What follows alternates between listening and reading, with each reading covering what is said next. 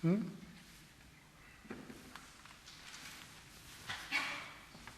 everyone. So this is how I cleared my head and I prepared for what was my TED Talk around entrepreneurship and starting businesses in small countries. And I cleared my head by practicing my favorite summer sport, which is called the catamaran. And it looks quite bizarre if you've never done it before, because the cat usually sits on one of its legs. And it looks also really scary because this is the stance that you usually have. Hanging outside the catamaran, and the only thing that's holding you is a little hook, a little steel hook.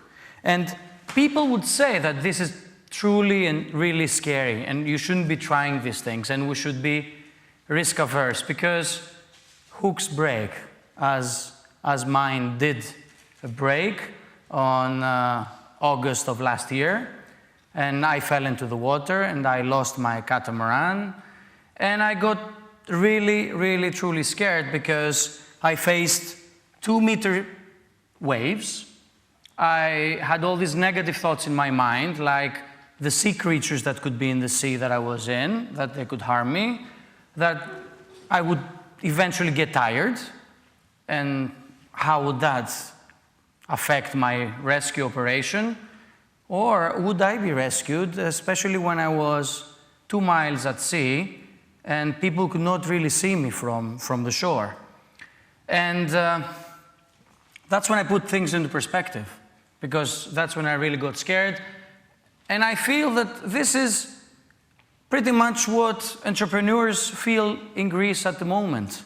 And sea creatures could be the government, that's not helping. The currents could be all the negativity around this country, or the banks, the banking system has totally failed. And of course, being alone, trying to see who's going to rescue you or me, that's another thing on the back of our minds. Luckily, I was spotted by a lifeguard who managed to see me and mobilized a search and rescue operation, and I was safe. From me, you're going to hear the things that you least expect to hear. And a couple of years ago, I talked about Greece as my passport to eudaimonia, why I love this country and why I think this country is great. And so I'm going to tell you of all the reasons you should start businesses in small countries, like this one. And I'll give you one example, which is Israel. 20 times more venture capital in Israeli companies than in European countries. It's the second country in NASDAQ-listed companies after the US. It's no coincidence. And remember, the Israelis feel that they're surrounded by enemies, and these enemies create wars, cause blockades, oil and energy blockades, etc. So it's not an easy time for them. But what they do is they focus on their people and they innovate technologies that help them pass all these difficult circumstances. Then there's Singapore, and it's 2% of Indonesia's population, and Singapore is right next to Indonesia, but it has 35% of Indonesia's GDP. Why? Because there is a lot of innovation that happens, and it's used as a test bed for various technologies, both from Indonesia and China and all the surrounding countries. Then there's Estonia, home to Skype, and it has the highest entrepreneurship level in Europe, a very, very tiny country that until recently it was part of the Soviet Union. Then, of course, there's Denmark, famous for the Lego bricks. And it's funny to know that 300 million tires, little tires per year, are produced for little Legos, and that's much more than all the tire manufacturers produce in real life. So imagine my surprise when I was sitting in Cyprus in an entrepreneurship business plan competition. And this Cypriot came to us and said, I am going to build a Lego killer. And we said, how could that be? He went on and won the second prize and went on to build his little company, Engino. And this little company, based out of Cyprus, is really something that has been taking off, selling to 21 countries, negotiating with Walmart in the United States to be offering their products there. And of course, there's Velti, a company close to my heart because I was there from the beginning. And it is a company that could have started anywhere, especially when its founders studied in the US, lived in the US, and operated in the US, but they loved this country, they loved the lifestyle here. They were Greeks and they wanted to operate in this country. And this company had a lot of things going for it and a lot of hooks breaking, and a lot of times we fell into the water, but Velti managed to have successes. And it's listed in NASDAQ, and in a single moment in July of 2010, it was worth $1 billion US. $1 billion, that is. Come think of it, it's pretty close to the price of National Bank of Greece today. So it is amazing. This little company from humble beginnings has now 1,000 employees and operates in, I think, almost 40 countries. So you could start a company in a small country and create a big business. And let's focus on the advantages of doing it in a small country. What do you need? What are the ingredients? You need time, passion, and energy. And of course, the right team and doing the right things and having an ecosystem that supports you. A lot of things are lacking. We noticed that, and that was the point from our previous speakers.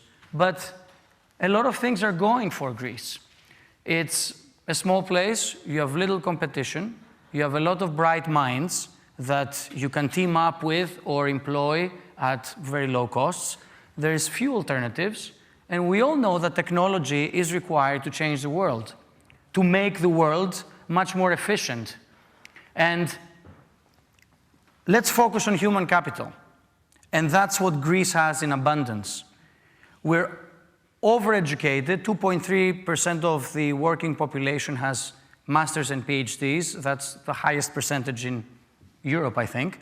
And we have few alternatives, and that is a good thing, because we do not have the alternatives of going into the public sector. We do not have the alternative of sitting there and doing nothing and just assuming that the government will take care of us. We have to go out there and change the world. And we have another ace under our sleeves, which is the diaspora. Greeks in the four corners of the world that are willing to help. Why?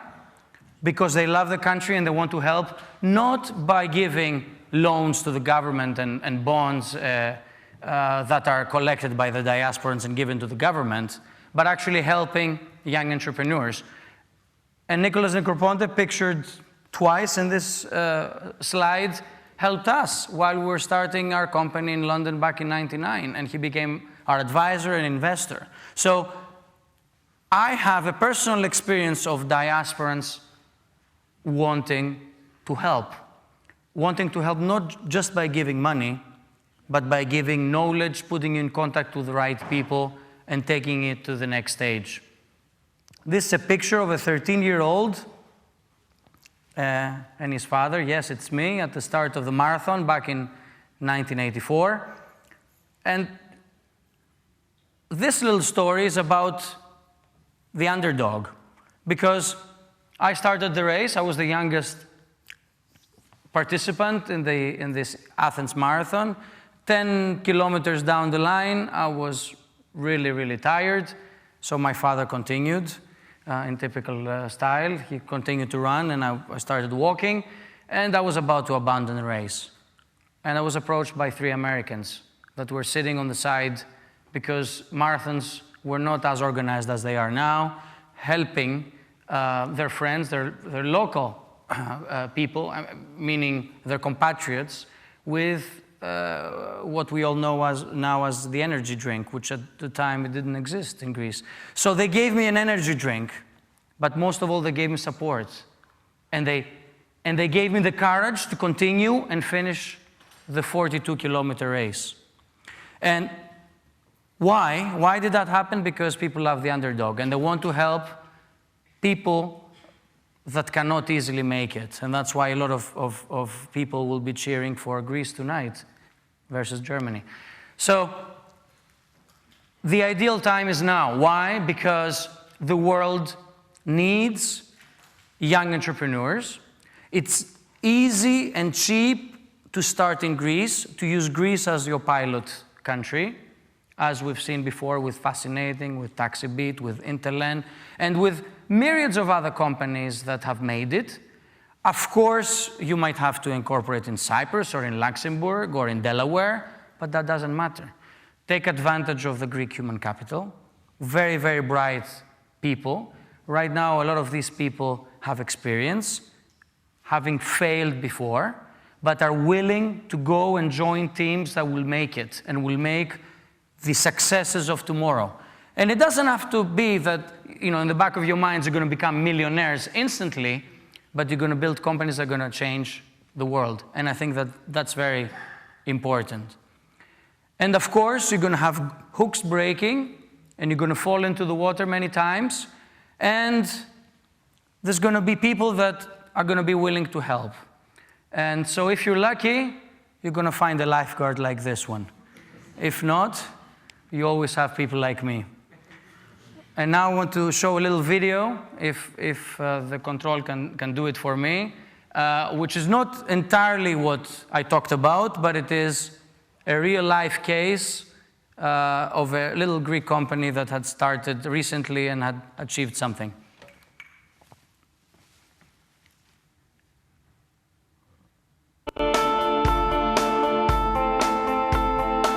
Η εταιρεία Tire Circle ΑΕ δραστηριοποιείται από το 2008 στην βιομηχανική περιοχή Πατρών με αποκλειστικό σκοπό την ανακύκλωση παλαιών ελαστικών.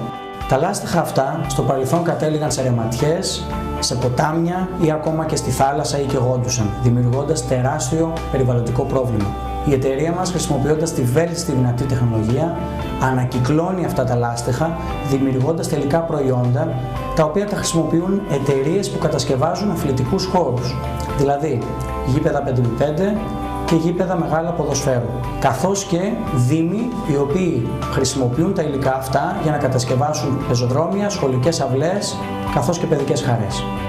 Όταν ξεκινήσαμε την Tire Circle, το επιχειρηματικό μας μοντέλο ήταν να προσεγγίσουμε πελάτες του εξωτερικού μέσα από μεσάζοντες. Αυτό όμως δεν μας έδινε την αμεσότητα που χρειαζόμασταν. Έτσι, μετά από μερικούς μήνες, αποφασίσαμε να επικεντρώσουμε τις δυνάμεις μας στο ίντερνετ. Αυτό είχε πολλαπλά αποτελέσματα. Πρώτον, μας έδωσε πολύ μεγαλύτερη αμεσότητα με τους πελάτες. Κάτι που δεν μπορούσαμε να έχουμε μέσω από τους μεσάζοντες. Δεύτερον, αυξάνονται πολύ τα περιθώρια κέρδους μας ακριβώς επειδή εκλείπουν οι μεσάζοντες. Τρίτον και σημαντικότερον, μας επιτρέπεται στοχευμένα να μπορούμε να εξάγουμε και αυτή τη στιγμή εξάγουμε σε 5 υπήρους. Το διαδίκτυο ήταν για μας καταλύτης στην αντιμετώπιση της κρίσης. Με πάρα πολύ οικονομικό και στοχευμένο τρόπο, εκμεταλλευόμενοι καταρχάς τη γεωστρατηγική θέση της Ελλάδος και βρίσκοντας σε ποια λιμάνια υπάρχει απευθείας ανταπόκριση, η Tire Circle στόχευσε σε συγκεκριμένες χώρες μέσω των μηχανών αναζήτησης για να μπορέσει να καταφέρει να πείσει πελάτες του εξωτερικού να γίνουν πελάτες της. Σήμερα η Tire Circle λειτουργεί κατά κύριο λόγο online. Τα τελευταία 3 χρόνια και παρά τις δύσκολες οικονομικές συγκυρίες στην Ελλάδα, έχουμε καταφέρει να τριπλασιάσουμε τον τζίρο μας και να εξάγουμε σε 39 χώρες. Τα έσοδά μας από τις διεθνείς πωλήσεις φτάνουν το 95% των εσόδων μας και έχοντας ανακυκλώσει το 2011 1,2 εκατομμύρια ελαστικών, είμαστε πλέον το πιο αποτελεσματικό εργοστάσιο στην Ανατολική Ευρώπη. Ποτέ δεν μπορούσα να το φανταστώ ότι μια εταιρεία σαν τη Tire Circle, σε ένα τόσο παραδοσιακό κλάδο όπως αυτόν της ανακύκλωσης, θα μπορούσε να κάνει όλες τις πωλήσεις της μέσω του διαδικτύου. Αυτό θα πρέπει να είναι και ένα έναυσμα για άλλες ελληνικές μικρομεσαίες επιχειρήσεις, οι οποίες καλούνται να γίνουν πιο εξωστρεφείς για να αντιμετωπίσουν την ελληνική οικονομική κρίση.